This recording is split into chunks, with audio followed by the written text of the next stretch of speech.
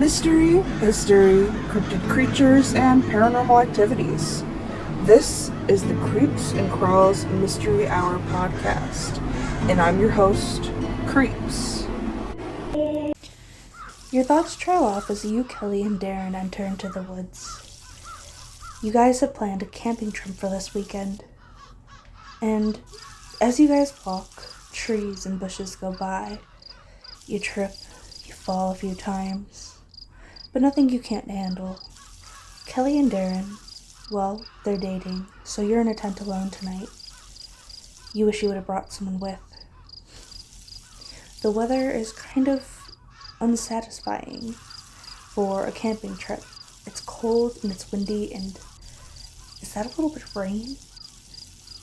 You can't really tell if it's rain or if the trees have had water sitting in them for a while, but you are getting dripped on by something. As you guys go through, you finally get to the clearing, and in that clearing there sits wood and a fire pit. You guys try to find where your tents are going to go, and you try to prepare for the night. Soon it's late and there's a fire going.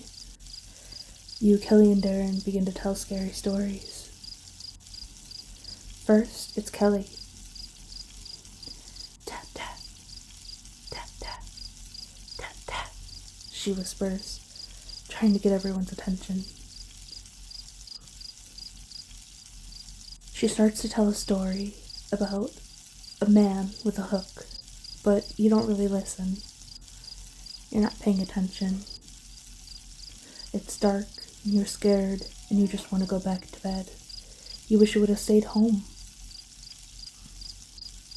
Finally, Kelly finishes her story, and she's not very happy with the feedback she's gotten. Nobody was scared, and it was actually kind of boring according to Darren. So Darren begins to trail off and tell some scary story about a scary movie. I think he said The Terrifier. Clown named Art. Oh well. You begin to feel yourself shivering. The cold's getting to you. Darren finishes up his story and looks over at you.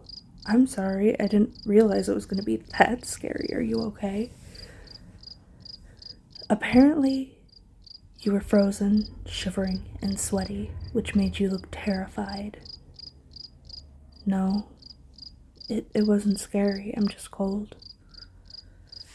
He doesn't believe you, and urges you to tell your own.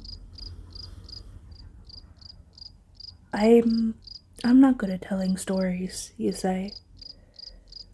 And he says, go ahead, anything, it doesn't have to be scary. So you trail off about how your day was, and nobody is interested. Darren ends up on his phone, and Kelly just sits next to him, holding his hand. Eventually you guys turn in for the night, Kelly and Darren in their own tent, and you off on your own. You get all tucked in, cuddle up into a blanket, and try to sleep. A few hours later, you hear scratching and smell a musty smell. You can't identify it, but it's something. Maybe wet animal? Fish? That makes sense here in the woods. You try to turn over and go back to sleep, but you hear rustling. Someone's moving around the camp. Probably Kelly or Darren. But wait. Why would they be up this late? You kind of sit up and stretch a bit, and you unzip the tent. But no one's out there. But you still hear the rustling. Is it coming from the woods? You pop your head out further. What is it? You say to yourself. Where's the noise coming from? Amongst the trees, a dark figure stands. You finally spot it. It's huge. It's kind of weird looking, like a wolf and a bear together, and it's standing on its hind legs. Its chest is huge, but its body is skinny. Its eyes are glowing in the dark. You try to think of what to do, but you can't. You're breathing heavy. Your heart's beating fast. What do I do? What do I do? You keep whispering to yourself. And then it disappears back into the woods. So you go back into your tent and cover up with the blankets, trying to hide. But you hear the rustling outside again. And suddenly, through your tent come claws, riveting, tearing it apart. You try to get out. You scramble up onto your feet and out. You make it out into the clearing. You see it. It's like a bear and a man. What is it? And you run. You don't even care about Kelly and Darren anymore. You run as fast as your feet can take you, tripping over everything along the way. And it's following you, breathing heavy, fast, trotting past. It's in front of you now. Now you run around it. What is it? Where am I going? How do I get out? You try to follow the path that you took from earlier, but you can't find it. The beast is on your heels again. It's following you. It's almost near you. You feel it. It's caught you. Your leg. It rips you out from underneath it. And above you, the moon is shining bright. Is this it? Am I gonna die right here?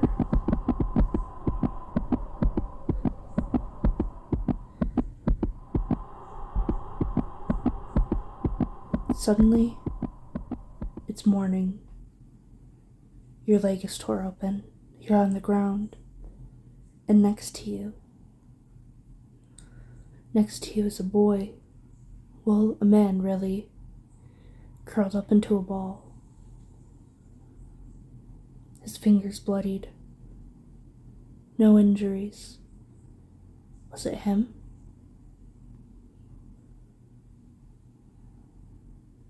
You breathe in and out and try to stand, but wince in pain.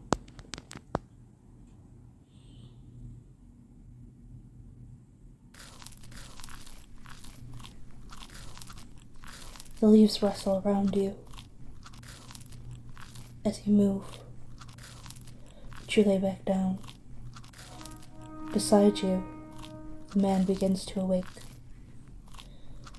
His hair is tousled, brown and muddy, his face covered in dirt, and he has the most piercing yellow eyes you've ever seen. But as he awakens more and his eyes widen, they turn almost green, and then brown. His face was slightly longer before, but now it's chubbier. He seems less stretched out. And he looks at you, and he opens his mouth to talk, and the hint of a fang is still imminent. I'm sorry. Where are we? He says, not noticing that you're cut up. The woods, you stutter. The woods? He shakes it off, blinking a few times. And then he gets a good look at you. Oh my God, you're hurt. What happened? Or did I are you? His breathing intensifies. He doesn't know what to do, so he runs, and off into the distance he goes. About 3 weeks later, you're still in the hospital. They told you you have a minor concussion and a broken leg. Nothing too serious, but you did get 32 stitches from the gash, and it could have gone septic. But you're healing fast. You feel stronger than usual, despite being in the hospital. Tonight's a full moon. Do you think? Is he gonna be out there again? Were my friends safe? You still haven't heard from Kelly or Darren.